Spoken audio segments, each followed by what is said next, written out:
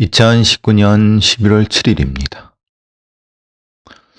어제 제가 이제 에피소드 고의정 관련된 얘기를 할 때 검찰이 BPA 블러드 패턴 어널리시스에서 제시한 정지 이탈은 이런 얘기를 했었는데요.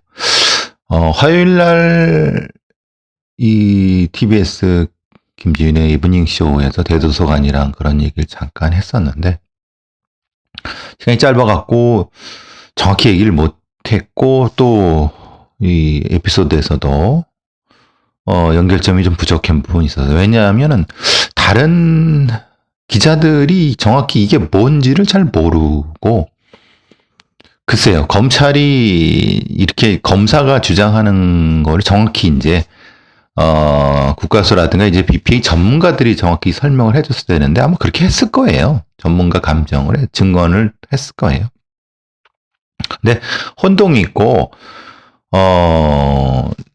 엉뚱하게 그 얘기를 하시는 사람들도 있고, 좀 그래서 정확히 이 정리를 좀 해고 넘어가야 될 것 같아서요. 블러드 패턴 어널리시스라고 하는 것은 특정한 범행 공간에서 흉기든 둔기든 어쨌든 피가 인간의 몸으로부터 나온 그 흔적들, 혈흔이죠. 혈흔을 공격자의 공격과 피해자의 그 공격에 대한 반응을 통해서 그것을 이제 재구현, 크라임 리컨스트럭션, 저 뒤에 보이시는 책처럼 크라임 리컨스트럭션을 하는 방법 중에 하나입니다. 그래서 가장 이제 여러분 생각해 보시면, 우리가 흉기를 이용해서 사람을 공격하고 그럴 때 제일 첫 번째 나오는 것이 피가 나오겠죠. 피가 나오는데 피가 나와서 이제 중력에 의해서 뚝뚝 떨어지겠죠. 그 떨어진 것은 이제 흉기라든가 둔기가 사용됐다는 걸 의미를 하는 거, 그 이상으로 만약에 동맥, 심장 가까운 동맥이나 경동맥이나 이런 것이 공격당했을 때 심장의 펌프질, 뿜어져 나오는 것에 의해서 벽이나 아니면은 천장이나 아니면 바닥에 특정한 형태로 뿜어져 나오는 형태가 나오겠죠. 그럼 그것은 심장이나 아니면 동맥이 공격당했던 걸 얘기를 할 수 있고, 그것에 대해서 특정한 형태의 공격이 있었다는 걸 알 수 있는 거. 또 하나, 그건 이제 직접적으로 상처로부터, 동맥과 관련된 상처로부터 나오는 혈액의 흔적의 패턴을 알 수 있는 거. 두 번째, 지금 여기서 나올 수 있는 흉기를 사용하고 흉기의 움직임. 그러니까 찔렀을 때는 움직임이 확인하기 어렵지만 뺄 때는 칼에 혈흔이 묻어 있겠죠. 혈액이 묻어 있겠죠. 그래서 그것이 빼갖고 뿌려질 수밖에 없죠. 힘이 들어간 상태에서 우리가 칼로 찌르고 다시 뺄 때는 일종의 관성이 생겨서 탁 치는 상태가 되죠. 그래서 그것이 벽이나 아니면 바닥이나 천장, 그러니까 위에 있는 어떤 데나 뿌려질 수밖에 없는 거거든요. 그걸 통해서 이제 횟수라든가 방법이라든가 도구 이런 것들도 다 추정해낼 수 있는, 그것이 다양한 시뮬레이션을 통해서 충분히 데이터를 가지고 있으면은 역으로 재구성할 수 있는, 리컨스트럭션을 할 수 있는 거기 때문에 그렇습니다. 그런 것들을 이제 우리나라에서는 대구지방경찰청과 국과수에서 여러 돼지 사체를 가지고 실험도 하고 다양하게 이제 그 행위를 해봄으로써 흉기든 둔기든 여러 가지를 통해서 데이터를 많이 가지고 있습니다. 그래서 그걸 가지고 직접 현장에서의 재구성이 가능할 정도까지 돼 있습니다. 상당히 발전돼 있죠. 그 기법 자체는. 근데 이제 기법 자체는 CSI들이 한다 하더라도 그 행위에서 나타나는 공격자의 심리, 정확히 말하면 의도라든가 아니면 그 상태에서의 특정 행위와 관련된 생각들. 이걸 읽어내는 것이 프로파일러들이 하는 거죠. 그런 걸 이제 행동 증거를 하는 거죠. 즉, 그 BPA라는 패턴으로부터 그 행동의 증거를 통해서 그 행위자의 어떤 의도를 파악해내는 거. 그게 중요하다는 겁니다. 정남규 사건에서 이문동 사건, 이 이문동 사건이라는 것은 그 유명한 것은 처음에는 유영철이 했다고 하다가 그런데 사실은 정남규가 한 거예요. 그러니까 유영철의 말기와 정남규의 초기가 겹쳐 있었는데 그 수법이 하도 정교해갖고 유영철이 자백한 걸 그대로 받아들여갖고 나중에 큰 혼란이 있었죠. 그래서 그것이 유영철이 무죄가 받고 정남규가 자기가 이제 유죄를 받은 상태가 되는데 그 기법 자체가 거기서 칼을 이용한 기법 자체가 상당히 정교했습니다. 그래서 실제로 유영철이 그 후기쯤 됐을 때는 이렇게까지 정교했기 때문에 유영철이다라는 걸 생각한 거죠. 다른 연쇄살인범이 있었다고 하면 처음부터 이렇게 정교한가? 근데 이건 착각을 한 거죠. 왜냐하면 테드 번디 같은 경우도 처음에는 아주 계획적으로 정교하게 했지만 후반기로 퇴행을 겪는 연쇄살인범도 존재하는데 그 연쇄살인범이 어떤 행위에 대해서 인식이 없었기 때문에 당시에 뭐 자칭 프로파일러들이라고 하는 사람들도 그렇고 또는 경찰들도 이 기법에 대해서 혈흔 패턴과 거기에 연결된 행동 증거 기법 자체에 대해서 이해가 부족했기 때문에 그런 부분이 있었습니다. 어쨌든 제가 그 정남규 이문동 사건에서 왜 BPA가 생각나냐면 이 적하은이라는 겁니다. 적하은이라는 것은 이게 이제 칼이라고 하면 이 칼을 사용을 해서 범인이 공격자가 피해자를 공격했어요. 그리고 나서 이 칼을 든 혈흔을 닦지 않고 잠깐 현장에서 한 1, 20m 벗어난 다음에 아니면 조금 한 5m 벗어난 다음에 이거를 그대로 들고 있는 상태에서 현장과 피해자를 지켜보고 있는. 어떻게 됩니까? 피가 여기 묻어 있으니까. 뚝뚝. 원형에 여러분 무슨 우유에서 왕관 현상에 갖고 이제 이런 물방울이 탁 튀길 때 팍 올라오는 이런 거죠. 흉기에 혈액이 묻어 있으면 이렇게 있으면 여기서 한 방울 뚝 떨어져 밑에 똑똑똑 한 방울 떨어지고 두 방울 떨어질 때 그래서 적하 아래로 떨어지고 아래로 직하 적하 떨어진 다음에 그 위에 또 하나가 쌓이는 그 적하은. 그 적하은은 대단히 큰 의미를 갖습니다. 왜냐하면 이 범인이 당황하지 않고 피해자와 그 현장에 대해서 무엇인가 생각을 하고 그 다음을 판단하려고 하는 공격자의 행동이 있었다는 겁니다. 이거는 대단히 수준이 높은 공격자일 가능성이 높다는 겁니다. 보통 우리가 그냥 흥분해서 아니면 막 몸싸움을 막 벌이고 흥분해갖고 막 마구마구 찌른 다음에 도망갑니다. 막 도망가면 생각해보면 막 도망가는데 어떻게 적하은이 나타나겠어요? 그렇죠? 막 칼을 가지고 아니면 이걸 버리기도 하고 그건 나타날 수가 없죠. 또 하나 만약에 공격을 한 다음에 막 내가 이거 어떻게 라고 막 그럴 때는 칼을 던지거나 아니면 칼에 피를 닦거나 그런 행위들. 근데 그러지도 않고 정확히 칼을 드는 상태에서 범행 현장과 피해자를 보고 그 상황을 판단한 다음에 움직이는.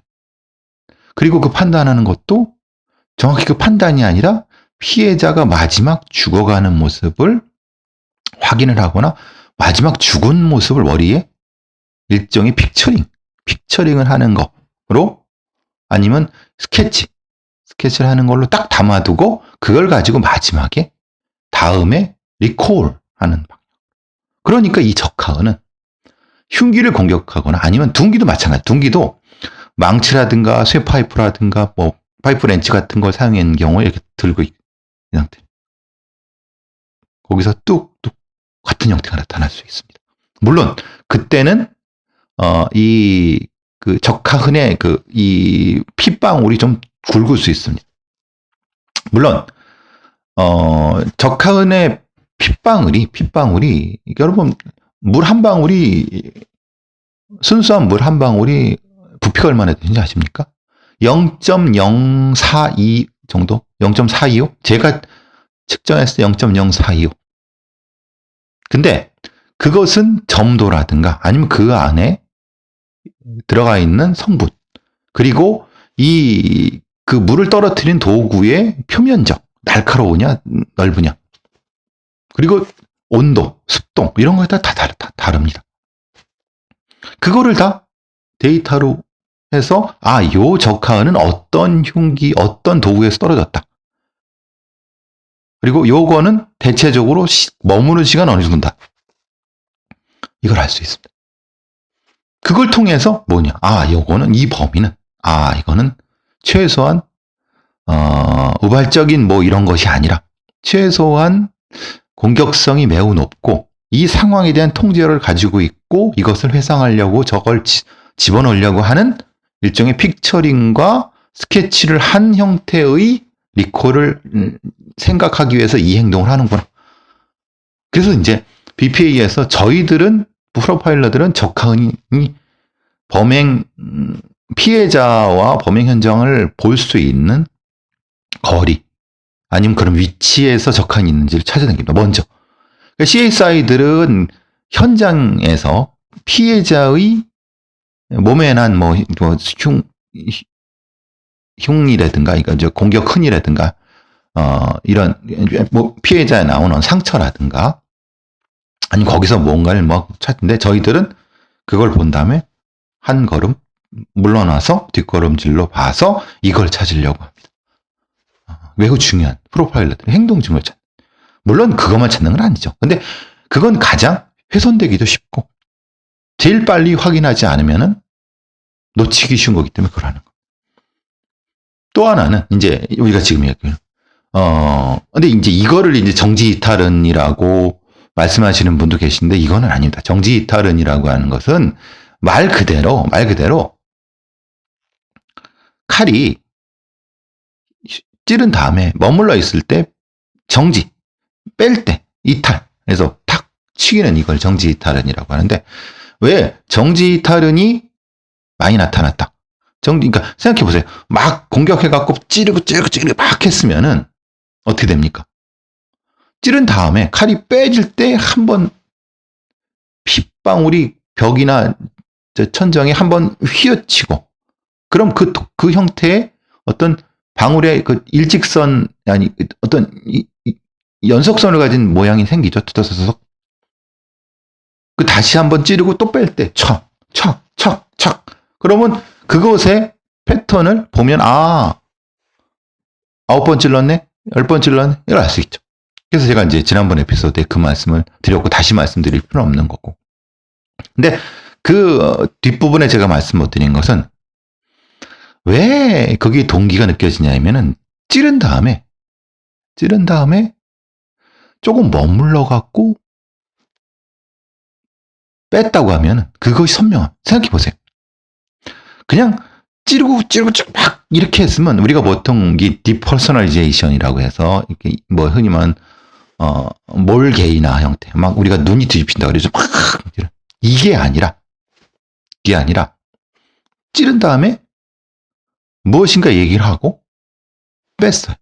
근데 뺄 때 뭐 이렇게 이게 아닙니다. 왜냐하면 한번 찌른 다음에 이 안에 있는 장기라든가 뼈 속에 칼이 이게 들어갔다가 뺄 때는 어쨌든 맞물려져 있는 상태라고 하면은 우리가 쉽게 하면은 물 속에 뭘 넣었다가 빼는 형태가 아니라 무엇인가 이렇게 들어가게 되면 이렇게 잡힌 상태. 아주 꽉 잡히는 거 아니라도 어느 정도.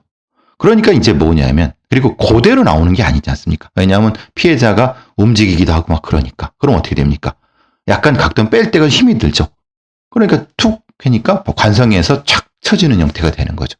그러니까 이제 그런 형태가 정지이탈은 나타나는 거예요. 거기서 일정 정도 시간이 찌른 후에 시간이 머물렀다고 하면은 우리가 보통 생각했을 때 찌른 다음에 바로 뺐냐? 찌른 다음에 바로 뺍니까? 이유가 있으면 찌르고 무엇인가를 물어보거나 아니면 막 욕을 쏟아내거나 한 다음에 뽑고 다시. 이러니까 고문. 아니면 무엇인가 그것을 통해서 뭔가를 느끼려고 했다라고 하면은 이건 매우 의미가 있는 겁니다. 이 정지 이탈의 행위 자체가. 즉, 그래서 이제 그것 자체를 그 행동을 통해서 이 공격자의 심리를 파악하려고 하는 거지. 이 프로파일러가 하는 역할이죠. 그런데도 불구하고 분명히, 이 15번 정도. 근데 제가 지난번에 말씀드린 건, 9번, 5번, 그럼 14번이지 않습니까? 그런데 또 나온 얘기는 제가 가로치고 플러스 3이라고 했는 현관. 근데 현관 자체는 실제로 1번, 2번, 3번이니까, 다이닝룸에서 9번 이루어지고, 5번은 부엌 쪽이라고 하고, 그 다음에 부엌 쪽에서 무엇인가 도망 나왔거나 아니면은, 도망 나올 수가 없죠. 그때는 이제 너무 치명적으로 마무리가 됐을 테니까. 그러면 3번에 있은 것은 왜 현관에 그게 있냐? 이제 어떤 이제 주장은 그런 거죠. 기어 나왔을 것이다. 피해자가. 기어 나왔기 때문에 그때 마무리를 했다. 라고 하는데 그것도 가능한 부분이라고 보여요. 왜냐하면 자기가 생각했을 때 고의정이 5번 공격해서 마무리를 했다고 생각하는데 실제로 마무리가 안 된 거예요. 그러니까 3번은 현관 쪽에서 하지 않았냐라고 하는 제 생각. 그게 아니라 거기다 마무리 짓고 칼로 이제 다음에 제가 말씀드렸지 않았습니까? 현관 쪽쯤 나와서 이제 그걸 픽처링. 말하자면은 일종의 스케치를 한 그 장면. 고의정 분명히 그 범행 현장에서 사진을 3장을 찍었다고 합니다. 검찰에 증거를 제출한 내용이기 때문에 그거 외에도 현관 쪽에서 이 픽처링을 하지 않았을까. 그때 이제 일종의 적하은이라든가 아니면 칼을 이렇게 좀 이렇게 움직이는 형태로 했을 때 그게 벽이나 이런 데 붙였다고 하면은 3번도 가능하다. 그러니까 결국은 이곳을 9 플러스 5 플러스 괄호 열고 3 괄호 닫고라고 하는 의미에 제가 한 부분은 상당히 의미가 있는 겁니다. 1차 공격, 2차 마무리, 3차 픽처링 해서. 그러니까 픽처링 플러스 무엇인가 그 상황을 담아두려고 하는 행위. 이래야지 이거는 설명이 될 수 있다라고 하는 겁니다. 그러니까 그 얘기를 좀 더 하고 싶었는데, 제대로 마무리를 못한 것 같아서 좀 길게 말씀드렸습니다. 원래는 이렇게 좀 길게 하지 않지만은, 여러분들 이해를 돕기 위해서. 즉, BPA가 프로파일러들이 왜 BPA를 하느냐. BPA는 CSI들이 하는데, 그걸 가지고 저희는 현장 추정, 현장의 공격자의 동기를 추정하는 것 때문에 그 얘기를 말씀드리려고 한 것입니다. 자, 여기서 이제 좀 하나는 마무리하고 나머지는 이제 또 추가해서 말씀드리도록 하겠습니다.